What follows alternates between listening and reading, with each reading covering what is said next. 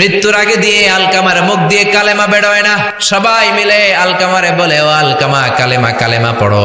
আলকামার সামনে সবাই পড়ে লা ইলাহা ইল্লাল্লাহ, কিন্তু আলকামার মুখ দিয়ে বের হয় না। 3 দিন বিছানায় পড়া। বিশ্বনবী আলকামার বউরে ডেকে পাঠালেন, ও আলকামার বউ, আলকামা কেমন ছিল? আলকামার বিবি বলে, খুব নামাজি ছিল নবী, জিকির করতো, তাহাজ্জুদ মিস হতো না।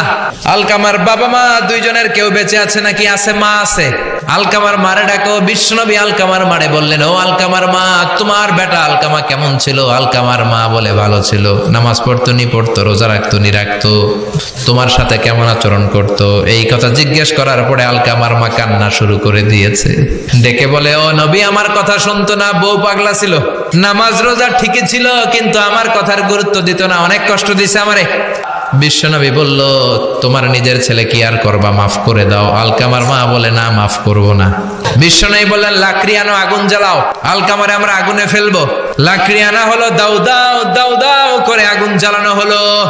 সব সাহাবীরা ধরাধরি করে আলকামারে আগুনে ফেলবে। ইন দ্য মিন টাইম আলকামার মা এসে বিশ্বনবীর পা ধরে বলে, ও নবী আমার কলিজার টুকরারে আগুনে ফেলবেন না, আমার নারছেরা ধন আলকামা 10 মাস 10 দিন আমি পেটে ধরেছি, আগুনে ফেলবেন না। বিশ্বনবী বললেন, তাহলে মাফ করছো কিনা বলো। চোখের পানি ছেড়ে দিয়ে বলে, নবী যান, আলকামার ব্যাপারে আমার মনে আর কোনো দুঃখ নাই, আমার ছেলেটারে তারপরেও আপনি আগুনে ফেলবেন না, আমি আমার আলকামারে মাফ করে দিলাম।